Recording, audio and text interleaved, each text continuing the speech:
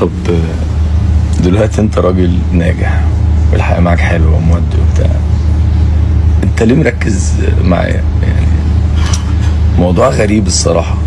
يعني هو انا حرقك للدرجة؟ هو انا دلوقتي انت مثلا كل ما اجي هعمل الناحية دي حاجة واتحرك تقوم انت تاكلك مني ليه؟ وانت اصلا ما عندكش اي سبب. انت يا عم ما شاء الله عليك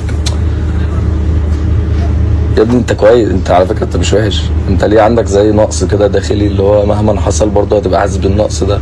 يعني انت ليه؟ فاهم قصدي؟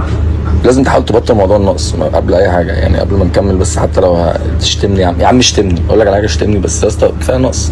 لان انت ما ينفعش ان انت تبقى حد في الحته دي وتبين للناس انك ناقص. انا وانت عارفين لان في ناس والناس بتحكي فاحنا عارفين. طب ليه الجمهور يعرف؟ دي حاجه انت لازم تخليها مسطوره. فاهم؟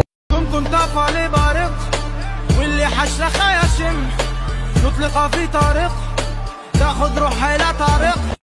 يا اسطى ما تقوليش بافا. طب باف. يا اسطى ما تقوليش يا اسطى. طب يا اسطى. يا اسطى ما تقوليش اصلا. طب بافا يا اسطى، يا اسطى اصلا.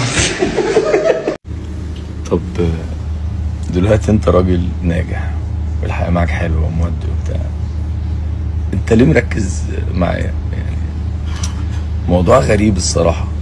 يعني هو انا حرقك للدرجة؟ هو انا دلوقتي انت مثلا كل ما اجي هعمل الناحية دي حاجة واتحرك تقوم انت تاكلك مني ليه؟ وانت اصلا ما عندكش اي سبب. انت يا عم ما شاء الله عليك